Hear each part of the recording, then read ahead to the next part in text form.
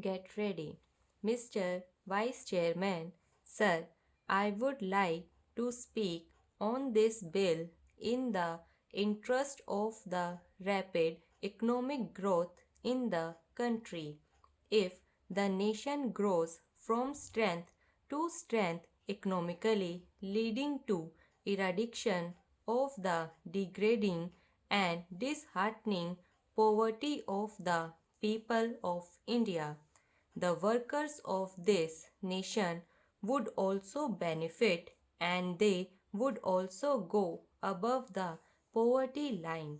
Sir, I would like to mention here that the plantation crops as understood by the term so far as namely coffee, rubber, tea and cardamom have been giving this nation substantial amount of the much coveted foreign exchange annually.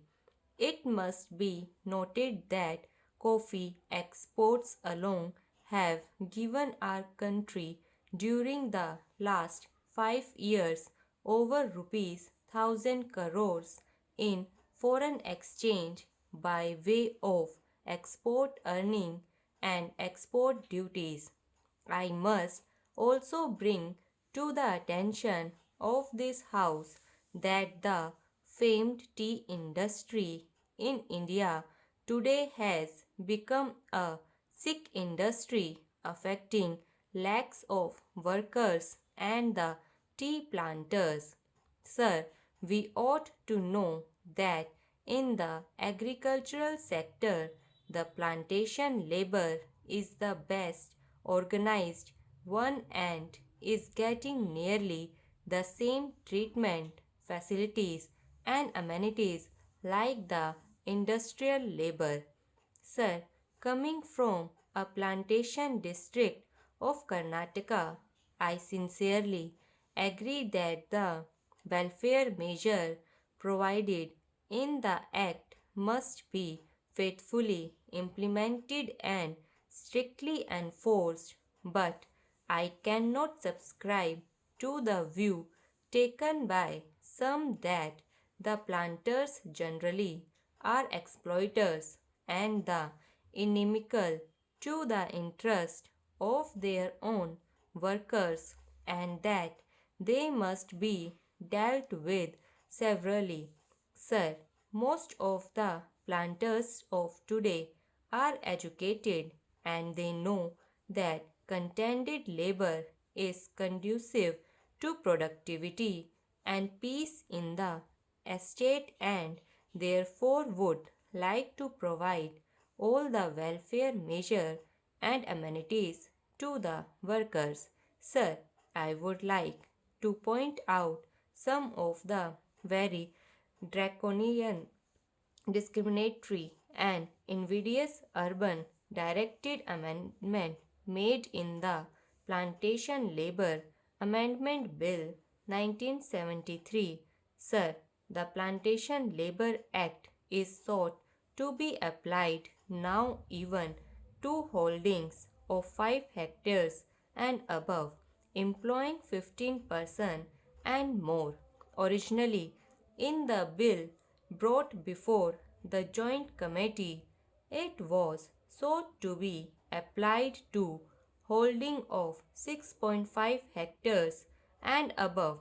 It would be realistic to make an amendment to the present bill to raise the size of holdings from 5 hectares to 6.5 hectares. Sir, we must bear in mind the economic viability of small plantations of 5 hectares and the financial capacity of the small planters to fulfill the obligation cast on them to provide housing and create facilities. Those small planters in some cases are unavailable to provide themselves with house and medical are as good as those intended for their workers in the bill. I am sure that good many small holdings will be go into liquidation unavailable to bear the burden when the prices fall, as in the case of tea today. I would emphatically say that clause 13 today.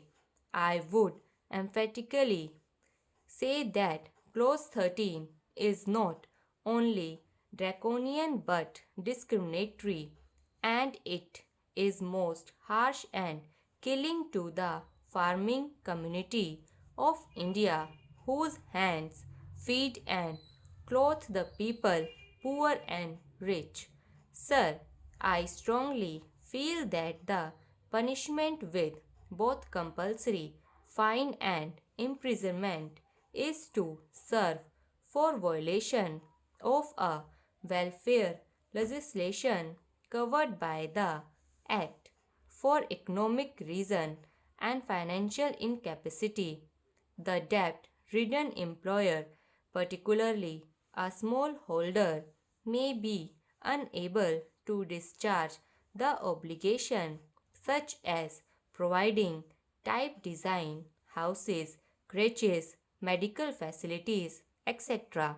In such cases, there is no point in sending the landholders to jail and collecting a fine from him for every day of default.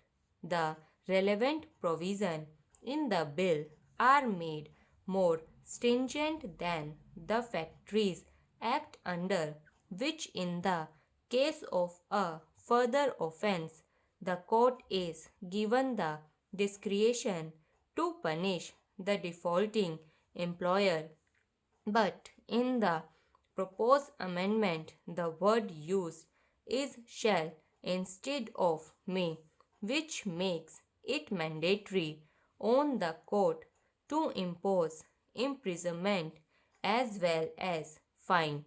These provisions are too harsh and discriminatory, particularly in view of the fact that the bill seeks to bring in farm of 5 hectares, which are in the nature of peasant holding under the scope of the Act.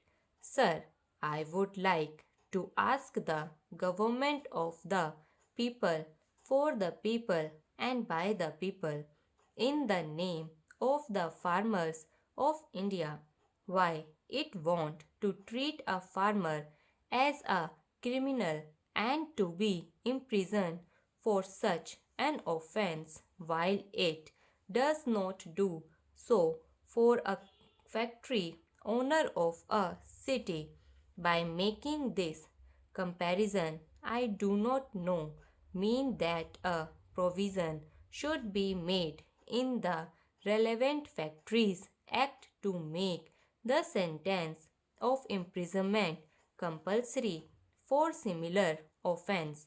Let me make it clear that I am not speaking against the interest of the workers in the plantations.